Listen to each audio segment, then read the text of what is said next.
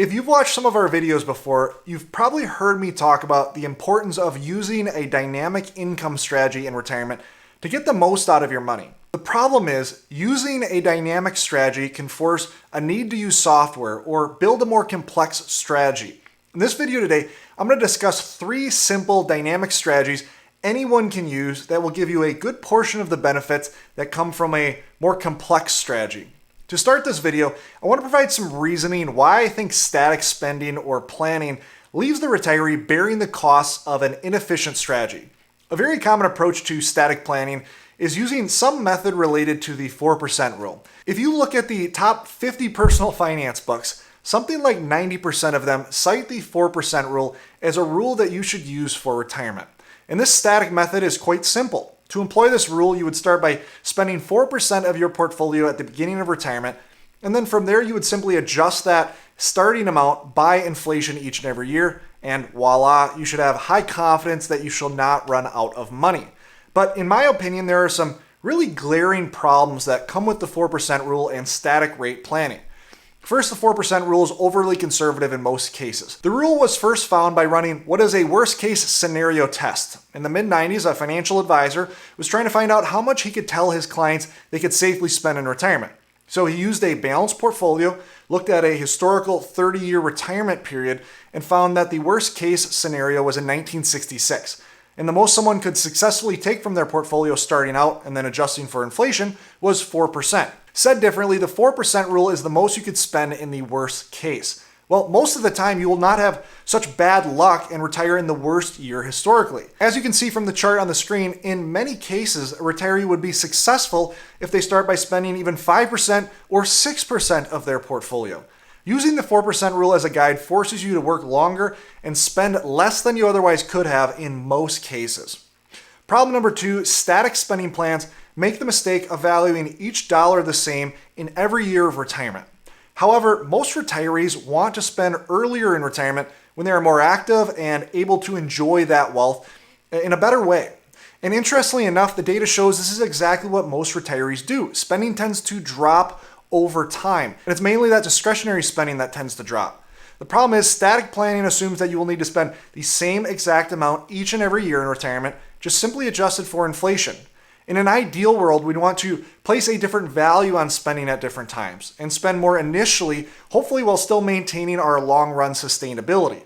Problem number 3 is that static rate spending isn't really realistic. If all you had in your retirement was your portfolio and no other assets or income streams, it would be a better gauge for retirement. But how do you factor normal variations in retirement into this rule? For instance, let's say you are delaying Social Security. How does that affect how much you can spend now and after you file for Social Security? What if you need to spend a little bit more in a given year due to some unforeseen cost? What does that mean for future spending? What if you receive an influx of cash from an inheritance later on in retirement? How does this update your spending? There are a lot of questions here that are left unanswered. Keep in mind the 4% rule isn't as strong and ironclad of a rule as you think. For instance, I see the FIRE community, Financial Independence Retire Early, often trumpet the 4% rule as the guide to decide when to retire. As soon as 4% of your withdrawal can cover your spending needs, your portfolio can last forever. And that's not at all what the data shows. The longer that you stretch out retirement, the lower that safe withdrawal rate falls. In addition, you will often see papers or studies like the one on the screen that show the 4% rule isn't even rock solid when we try to duplicate that 30-year test that was originally run. Say the original study used the total stock market here in the US, but now you're using mostly large cap stocks for your portfolio. Well, that can lead to a different result.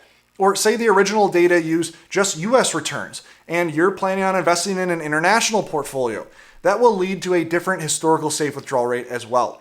And within this process, I don't mean to focus all of our energy just on the 4% rule. I think a lot of probability of success type planning can also be lumped in with similar problems. For instance, this is a common graph or output that you will see from running a test around probability of successes. You will have some chance of reaching your goals and some chance of failing typically.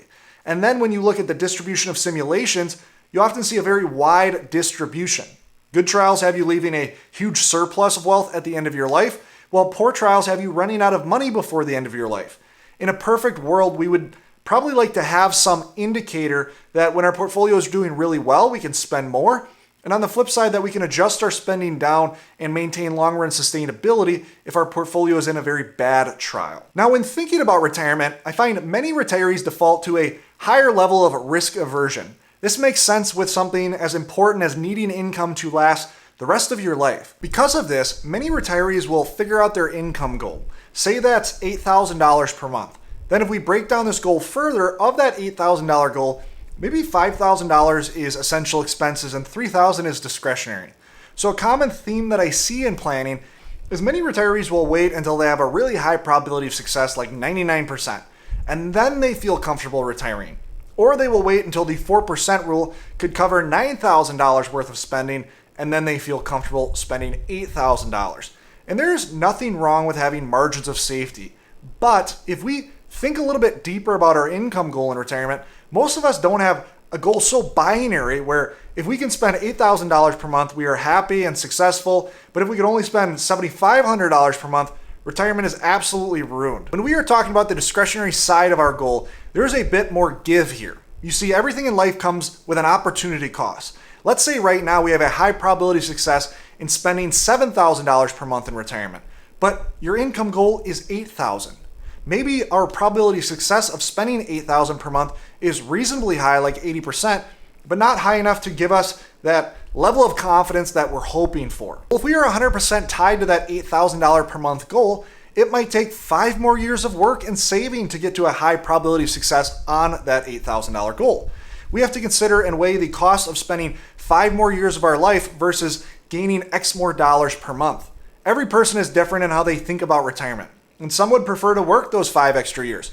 But for others, your income goal might not be so exact that you absolutely need $8,000 per month. You might have a floor where you never want to fall below $6,000 per month, but everything above that has a different marginal benefit, and that should be worked into your plan.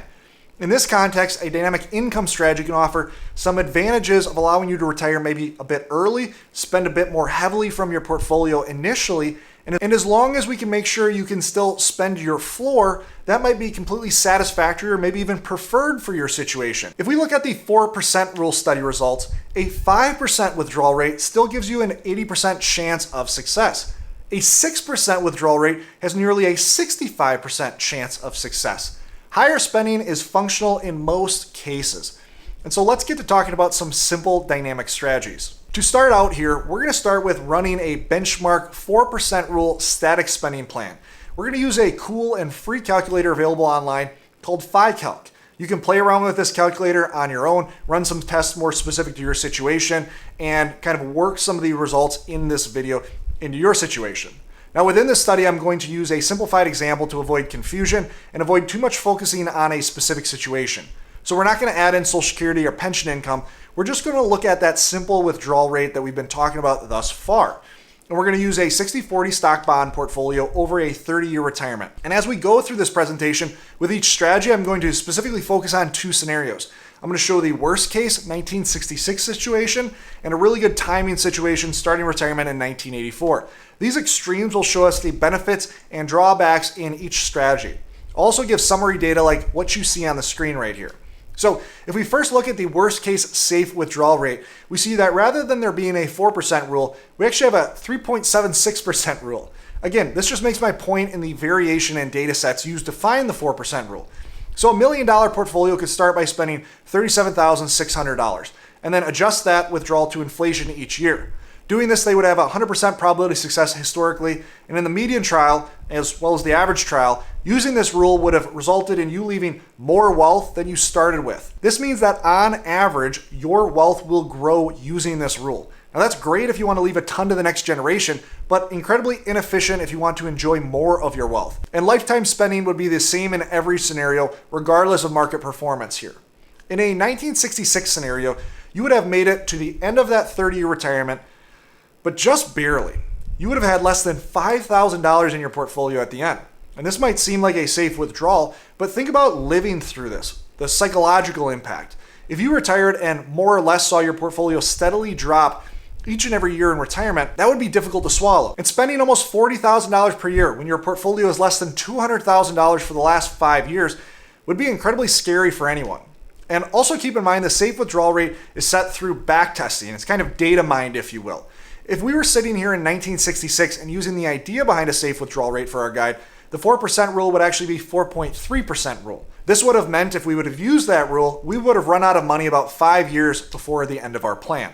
On the flip side, look at what happens in a great trial. Your wealth grows over $4 million in today's dollars, but your spending never changes. Now, realistically, I would imagine that most people would change and spend a bit more after seeing their portfolio double or triple.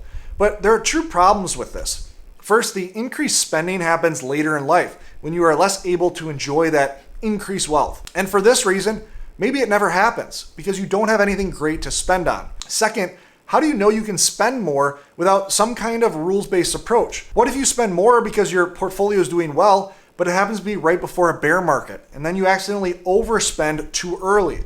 We should use some kind of rules-based approach to guide our spending increases or decreases, and then also we can test that rules-based approach historically and in Monte Carlo tests. So let's talk about our first simple dynamic spending method. Now, to be clear, these are meant to be simpler rules that anyone can incorporate without software. These are not methods that we use here at Safeguard because I believe if you have the tools and software, more robust solutions are possible. But the first strategy is incredibly simple. You will withdraw based on one of two metrics, and you will withdraw the larger of the two amounts, either 5.5% of your portfolio or a chosen conservative floor like $34,000. Now, keep in mind through these examples that all of these numbers can be played around with. Typically, the more conservative floor that you are comfortable with, the higher percent of your portfolio that you can take, which typically translates to spending more heavily on the front end of retirement and leads to spending more of your portfolio on average. I'm also showing this in the context that doesn't include Social Security. So I'm not saying realistically that you would spend $34,000. That's way too low for most retirees. Remember, this is just looking at withdrawal rates as a function of your portfolio. But we can extrapolate out what this means if, let's say, we add in $50,000 of Social Security benefits between you and your spouse. For instance, if our spending ability increases by 50% through a dynamic strategy, we will see a correlated increase if we were to add in Social Security. Let's first look at some summary stats. First off, we had a 100% probability of success with this situation. We will also see that the ending balances go down. At first, this might seem like a negative thing, but remember, the whole point of this dynamic strategy is to oscillate spending to use more of your portfolio, so this is to be expected. In this context, what we care most about is the efficiency of using the wealth that we have. And here we see a 45% increase in the amount of lifetime spending that we gain on average. So we are basically sacrificing 10% of the floor income we take in the worst case scenario to unlock 45% higher spending on average. An interesting trade-off depending on your goals. Let's focus on the worst case scenario here, however. First, we see a slightly better safety buffer left at the end as compared to the static rate planning. Here we have about $112,000 left. But let's take a look at the spending. In this situation, this retiree would have started by spending about 33% more, but based on rules and poor performance of the portfolio, that increased spending only would have continued through the first 8 years of retirement. Now, if we were to have higher spending at any point in retirement, most of us would choose to have that higher spending in the first decade. So I would make a case this is preferred to static spending if you are comfortable with a slightly lower floor income. For the remainder of your retirement from there, you would have only been able to take the floor. Total spending would have been about $40,000 less than the static spending scenario, but you would have also ended with a portfolio that was more than $100,000 higher than the static method. So the dynamic spending method actually improves the overall wealth here. And we see the real benefits of this type of approach in a better performing market. Despite our spending, our portfolio increases significantly. In a really strong market, it's quite difficult to spend down your portfolio completely. We see in this situation, the portfolio still grows in value by about 70% in inflation-adjusted dollars. Just as a reminder, all graphs and values are in today's dollars. Spending rises significantly with the portfolio. As compared with static spending, you would have been able to spend more than double the amount with this one simple dynamic rule. The one major critique I have of this rule is how volatile spending can be. Notice at the high point, this retiree is spending $120,000 and then sees that fall to about $70,000 at one point later in retirement. Generally, the more volatile the spending strategy, the quicker it adapts to both good and poor market performance, which can actually be a feature rather than a bug depending on your goals. Let's talk about another strategy called the endowment strategy. This is a simplified version of Yale's endowment strategy that can act in smoothing out spending adjustments. The rules are slightly more complex than the last situation, but still incredibly simple. You start with 5%. Then every future year, you take 70% of the previous year's withdrawal combined with 30% of 5% of the current portfolio.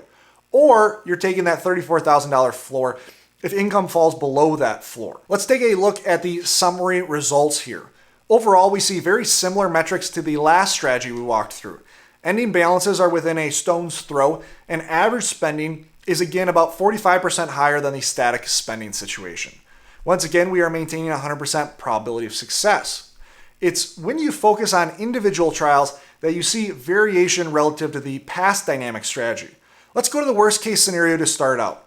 We see that the spend down on the portfolio in this case is much closer to zero, similar to the static spending method. And on the spending side, we see a very similar picture to the percent of portfolio method, where spending in the first 8 years is much higher, but adjustments down here are much more gradual rather than jagged volatility that we saw in the previous method. And in general, as we look at dynamic income strategies, it's important to note that these methods can't all of a sudden turn around a terrible performance in the market. For instance, if your portfolio lost 5% per year every year in retirement, no withdrawal method, static or dynamic, will save your portfolio.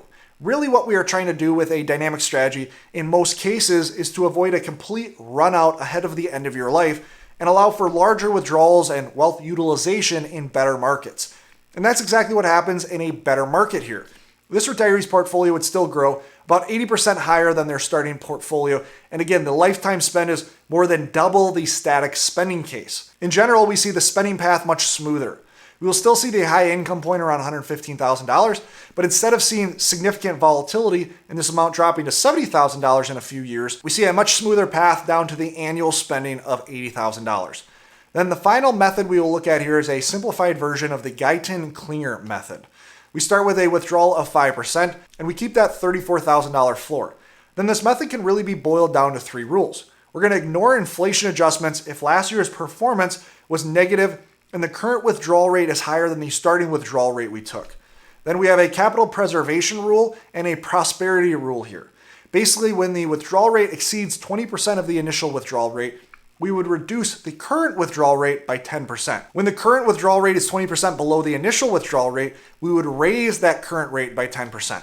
So this will end up being more of a stair-stepping method rather than a smoothing withdrawal method. Within this, we still have a 100% probability of success. The ending portfolio value here is slightly larger than the previous methods, but the lifetime spending is quite close big picture.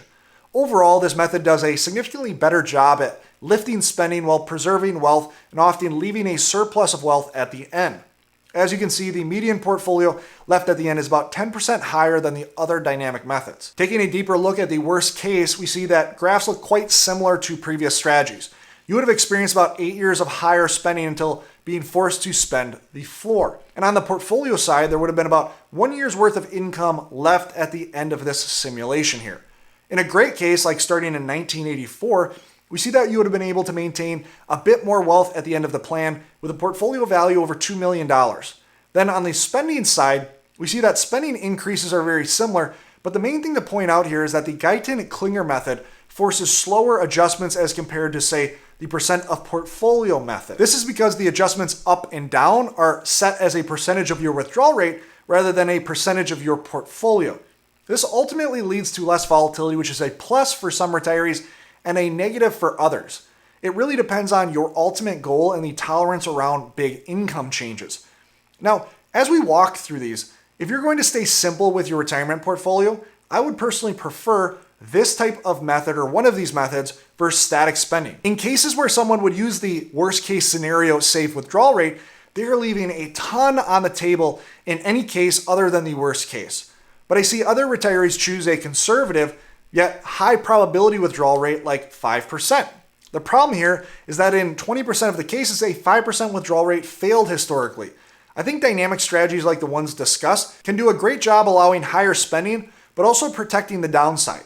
If you like the idea of dynamic withdrawal strategies, I urge you to step a few more feet to a more thorough method. This typically requires software tools like Income Lab, the software that we use here at Safeguard. Now, the reason I stayed simple up to this point is that you can use any of these methods discussed, hop into FiCalc, add in your Social Security benefit, and then run some results yourself. But FiCalc still leaves a lot to be desired. Here are a few examples why. Spending typically doesn't stay static in retirement. Data shows that as retirees age, spending drops. This is often referred to as the retirement spending smile. Ideally, we would like to use this as our base income path assumption. Research by Wade Pfau shows that this would update the 4% rule to 4.5%.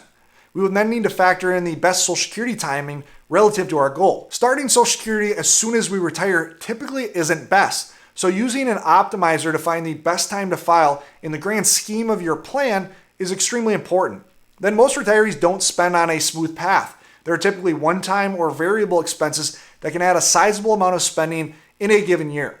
Tax planning and things like Roth conversions, where you pay more in tax upfront, should also be accounted for within this income path. Then finally, there should be some adjustment for the possibility of a spouse passing away and losing key income, like pension or Social Security income as well.